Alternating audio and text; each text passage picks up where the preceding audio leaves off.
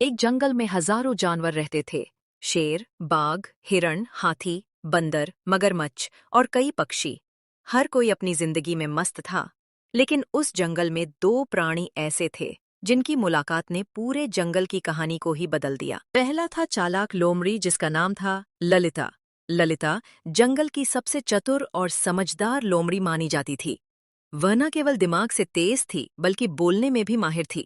जंगल के कई जानवर उससे डरते थे तो कई उसकी चतुराई के कायल थे। दूसरा था कौवा, जिसका नाम था कालू। वह एक साधारण सा काला कौवा था, लेकिन उसमें कुछ खास था। वह बहुत ही ईमानदार, वफादार और साफ दिल का था। वह अपनी तेज नजर और उड़ने की गति के लिए प्रसिद्ध था। एक दिन दोपहर को ललिता जंगल के बीचों बीच एक पुराने बरगद के नीचे बैठी थी। गर्मी बहुत थी और वह कुछ खाने की सोच रही थी। तभी उसकी नजर ऊपर पेड़ पर बैठे एक काले कौवे पर पड़ी। ललिता ने अपनी आंखें मिचमिचाई और ऊपर देखा। अरे, ये कौन है? मैंने इसे पहले कभी नहीं देखा। कौवा नीचे देखता है और विनम्र स्वर में कहता है, नमस्कार लोमड़ी बहन, मेरा नाम कालू है। मैं हाल ही में इस जंगल में आया हूँ। ललिता मुस्कुराई। ओह, स्वागत है तुम्हारा कालू।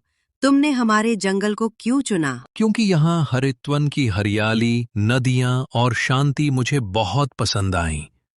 मैं शोरगुल से दूर रहना चाहता हूँ। कालू बोला। ललिता ने सिर हिलाया। बहुत बढ़िया, लेकिन यहाँ के जानवरों से सावधान रहना। हर कोई वैसा नहीं होता जैसा दिखता है। कौवा मुस्कुराया। इसलिए तो मैं ऊपर रहता हूँ, सब कुछ ऊपर से देख लेता हूँ। उन दोनों की बातचीत में घंटों बीत गए। वह पहली मुलाकात ही इतनी गहरी दोस्ती की नींव बन गई।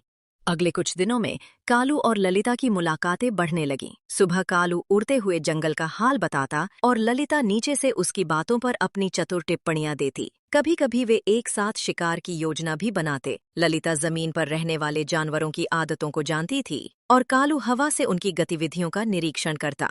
धीरे धीरे उनकी जोड़ी जंगल में मशहूर होने लगी। दिमाग और दृष्टि की जोड़ी। हरितवन में एक राजा हुआ करता था, राजा गजेंद्र, जो एक बलशाली हाथी था।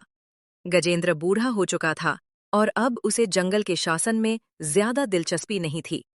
ये देखकर कुछ चालाक जानवर जंगल की सत्ता हथियाने की योजना बनाने लगे। उनमें सबसे चतुर और लालची था बाघ नामक वीरू। वीरू ने कुछ लोमड़ियों और गीदड़ों को अपने साथ मिलाया और बोला, गजेंद्र अब बूढ़ा हो चुका है, हमें नया राजा चाहिए जो तेज, ताकतवर और होशियार हो। एक गीदड़ बोला, आप ही सबसे योग्य हैं वीरू महाराज। पर वीरू जानता था कि ललिता उसकी राह की सबसे बड़ी बाधा है, क्योंकि ललिता की चालाकी और जंगल में पकड़ किसी भी राजा से कम नहीं थी। एक दिन वीरू ने योजना बनाई। वह एक झूठी सभा बुलाएगा जिसमें ललिता को नीचा दिखाया जाएगा। उसमें सभा में वीरू ने घोषणा की, मैं जंगल के भावी राजा के रूप में स्वयं को प्रस्तुत करता हूँ, लेकिन मैं चाहता हूँ कि कोई चतुर प्राणी मेरी परीक्षा ले। सब जानवर चौंक गए। वीरू ने फिर कहा, ललिता लोमड़ी, क्या तुम मेरी परीक्षा ले सकती हो? ललिता समझ गई कि कुछ न कुछ तो गड़बड़ है,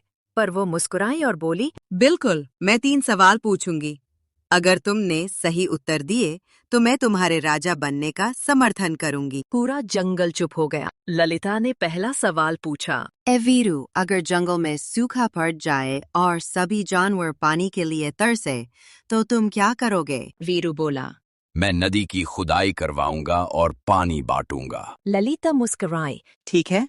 दूसरा सवाल, अगर 2 जानवर आपस में लड़े और एक निर्दोष हो तो तुम क्या निर्णय लोगे? वीरू ने जवाब दिया, मैं दोनों को सजा दूंगा ताकि कोई भविष्य में लड़ाई ना करे। इस उत्तर पर कुछ जानवरों के चेहरे उतर गए। अब ललिता ने तीसरा सवाल पूछा, अगर एक चालाक लोमड़ी तुम्हारी योजना को नाकाम करे तो तुम क्या करोगे? वीरू थोड़ा झेंप गया और बोला, मैं उसे जंगल से बाहर निकाल दूंगा। अब पूरा जंगल समझ गया कि वीरू तानाशाही करना चाहता है। ललिता ने कालू की तरफ देखा और मुस्कुराते हुए कहा, उत्तर समाप्त। मैं राजा गजेंद्र के साथ हूँ और अगर कोई उसे हटाने की साजिश करेगा तो मैं उसका विरोध करूंगी। सभा में शोर मच गया। वीरू अब ललिता को हर हाल में हटाना चाहता था। वो चुपचाप कुछ शिकारियों को जंगल में बुलाता है और उन्हें लोमड़ी पकड़ने के लिए कहता है। ये बात कालू को ऊपर उड़ते हुए पता चल जाती है। वह तुरंत ललिता के पास आता है और कहता है, ललिता, जंगल के पश्चिमी हिस्से में शिकारी जाल बिछा रहे हैं। वीरू तुम्हें फंसाना चाहता है। ललिता चौंकी लेकिन मुस्कराई। धन्यवाद मेरे मित्र। अब समय है असली चालाकी दिखाने का। उसने कालू के साथ मिलकर एक योजना बनाई जो न सिर्फ उसे बचाएगी बल्कि वीरू की साजिश को सबके सामने ला देगी। ललिता ने कालू से कहा, तुम शिकारी का पीछा करते हुए देखो कि वो जाल कहाँ और कैसे बिछा रहे हैं। जब वो चले जाएं, तब मैं वहां जाकर उन्हें सबक सिखाऊंगी।